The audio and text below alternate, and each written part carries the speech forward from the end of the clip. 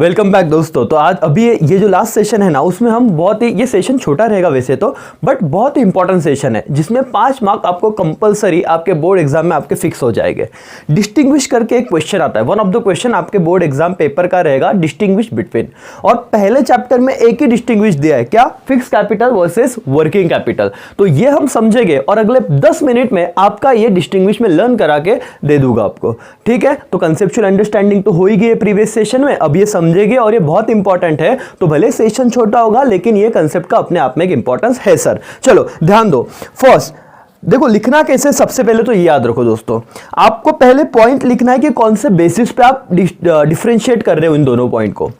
फिर fix capital और working capital, तो आपके 3 कॉलम बनेंगे। अब मैं बच्चों को क्या दिक्कत आती है वो भी डिस्कस करूंगा लास्ट में, लेकिन पहले कंसेप्ट समझ लेते हैं।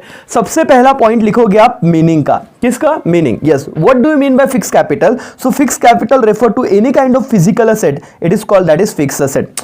Any kind of what? Physical asset. और हमने देखा ना fixed asset like land, building, machinery. समझ में आ रहा है क्या दोस्तों? And what do you mean by working capital? Working capital refer to sum of current asset. तो दोस्तों इसमें क्या बात की है? सम ऑफ करंट असेट। और मैं आपको अगर कंसेप्चुअल अंडरस्टैंडिंग दूं तो प्रीवियस लेक्चर में आपने देखा था, लेक्चर 3 में क्या देखा था आपने कि only sum of current asset जो होगा उसे हम वर्किंग कैपिटल कहेंगे।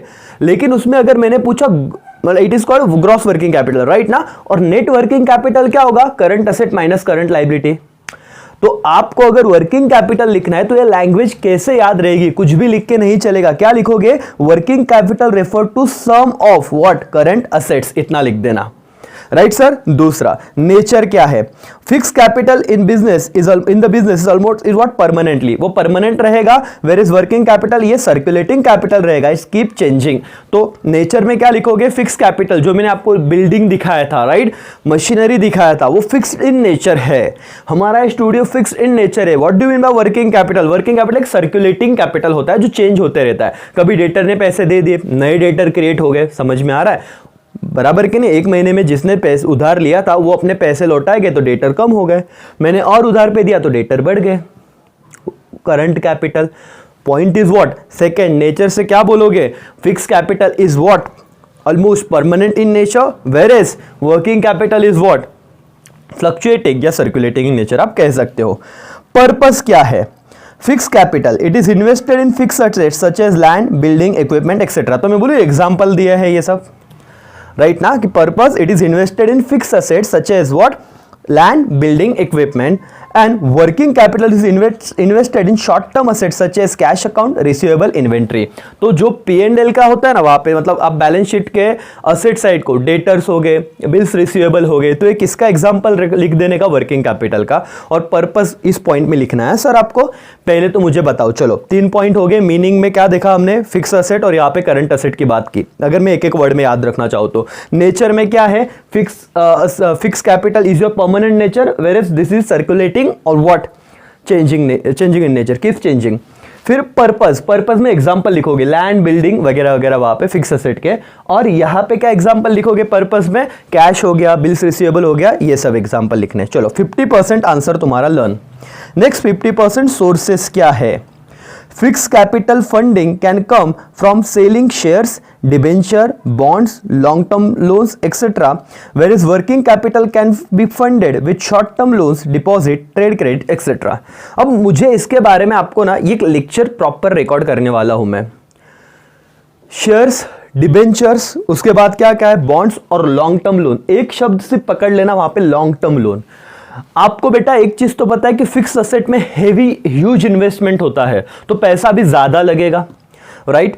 पैसा ज्यादा देर तक, ज्यादा टाइम तक लगेगा, तो लॉन्ग टर्म हो गया ना, लॉन्ग टर्म लोन।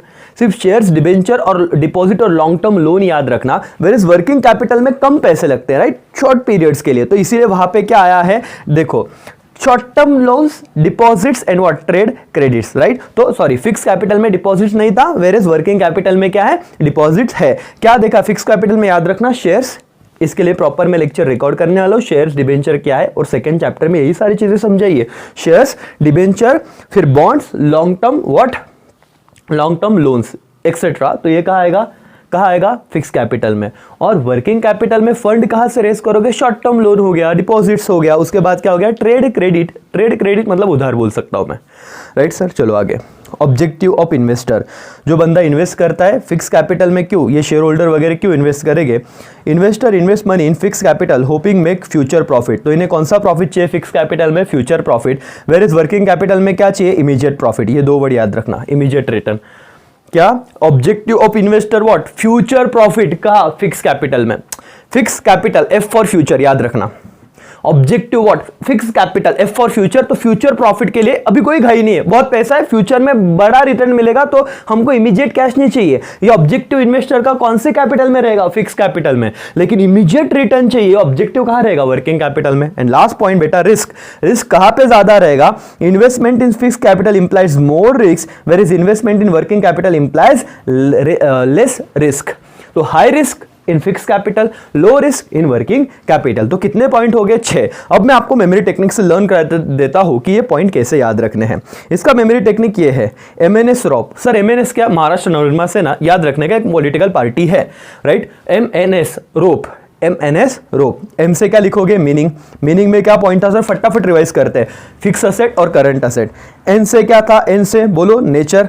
नेचर में क्या लिखा था? Permanent nature. और ये क्या था? Current working capital temporary in nature, circulating वाला बात किया था। Yes, MNS। एस से क्या पॉइंट है? चलो ध्यान दो, सोर्स। सोर्स में क्या लिखोगे? लॉन्ग टर्म, राइट, लोन्स, फिर शेयर्स, डिबेंचर। कहाँ पे? फिक्स असेट, फिक्स कैपिटल में। और वर्किंग कैपिटल में सोर्स क्या लिखोगे? शॉर्ट टर्म्स लोन, डिपॉजिट्स, वो सारी बातें। तो MNS क्लियर हो गया, मीनिंग, नेचर और सोर्स। आर से क्या था सर? आर से क्या था? रिस्क। कहां पे रिस्क ज्यादा रहेगा? लॉन्ग आपका फिक्स कैपिटल में रिस्क ज्यादा है, वर्किंग कैपिटल में रिस्क कम है, लेस रिस्की है। फिर ओ से क्या है? ऑब्जेक्टिव। ऑब्जेक्टिव फ्यूचर प्रॉफिट कहां पे रहेगा? फिक्स कैपिटल में। और इमीडिएट प्रॉफिट रिटर्न कहां पे चाहिए? वर्किंग कैपिटल में। तो ऑब्जेक्टिव वाला पॉइंट क्लियर हो गया सर, दिमाग में गई क्या आपके बात? और एस से क्या था? राइट। अभी पी से क्या है? चलो ध्यान दो, पी से पर्पस। पर्पस क्या है भाई? कि it is invested in fix asset. तो एग्जांपल था ना लैंड वगैरह फिक्स असेट का, और वहां का एग्जांपल था कैश, बिल्स रिसीवेबल वगैरह वगैरह। तो ये पॉइंट आप ऊपर नीचे हुए तो चलेगा, लेकिन आपके पॉइंट आने चाहिए। याद क्या करने का? MNS रोप। क्या बोलो? MNS रोप, MNS रोप। एम से क्या था? मीनिंग। एन से क्या था? नेचर। एस से क्या था? सोर्स। आर से क्या था? रिस्क। ओ से क्या था? ऑब्जेक्टिव। पी से क्या था? बोलो, पी से क्या है? पर्पस। अब चलो फटाफट लास्ट टाइम, मीनिंग में तो हमने लिख दिया कि फिक्स होता है, ये टेम्पररी होता है वगैरह वगैरह। पर्पस याद आ रहा है क्या? एग्जांपल लिखने वो असेट्स के। ऑब्जेक्टिव फ्यूचर प्रॉफिट, वर्किंग में immediate profit. Risk fix capital में ज्यादा रिस्क, वर्किंग में कम रिस्क। सोर्स यहां पे shares, debenture, long term, fix capital में। यहां पे क्या था? Short term loans and what? Deposits. Short term loans and deposits. Nature वगैरह का पॉइंट हमने कर लिया दोस्तों। तो ये आपका लेक्चर था, 5 मार्क के लिए आता है, तो ध्यान से पढ़िए, समझिए। हमारा लेक्चर यहाँ पे खत्म होता है। अगर आपको ये लेक्चर पसंद आ रहे हैं तो अपने एप्लीकेशन पे सारा हिस्ट्री का सिलेबस हम डे बाय डे अपलोड कर रहे हैं। आपको पढ़ना है, आपको चैप्टर वाइज टेस्ट करवा लेनी है हमसे। तो हम ये रिक्वेस्ट करते हैं कि बहुत ही नॉमिनल कॉस्ट पे, प्राइस पे ये सब्जेक्ट हम दे रहे हैं, तो बेनिफिट उठाइए। आपसे हमको बहुत अच्छी तरीके से पढ़ाई करवा लेनी है। चलो, thank you so much, bye bye, take care, Jai Hind, जय भारत।